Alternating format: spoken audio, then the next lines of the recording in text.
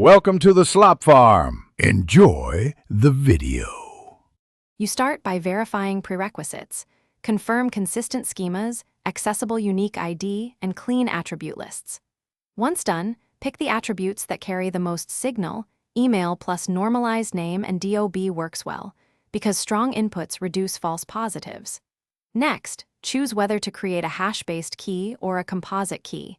Each has trade-offs for collisions and reversibility. Make sure to document the chosen attributes and expected cardinality before you write any transformation code. You now implement normalization.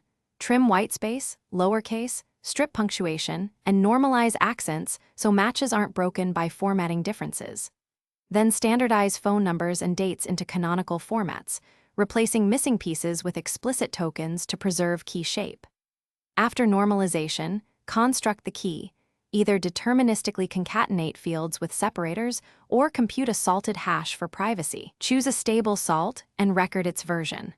Once built, run a small sample to verify expected uniqueness. You finish by validating the key on representative samples. Measure precision, recall, and collision rate so you understand trade-offs. Once satisfied, deploy the versioned key generation into your pipeline with logging and monitoring for drift and errors. Make sure to include a rollback plan and a minor version scheme so downstream systems know changes. If things go wrong, collisions increase or false negatives persist, revisit normalization. Add discriminating attributes or adjust hashing. Address root causes before broad. Thanks for watching. Consider subscribing if we helped you today.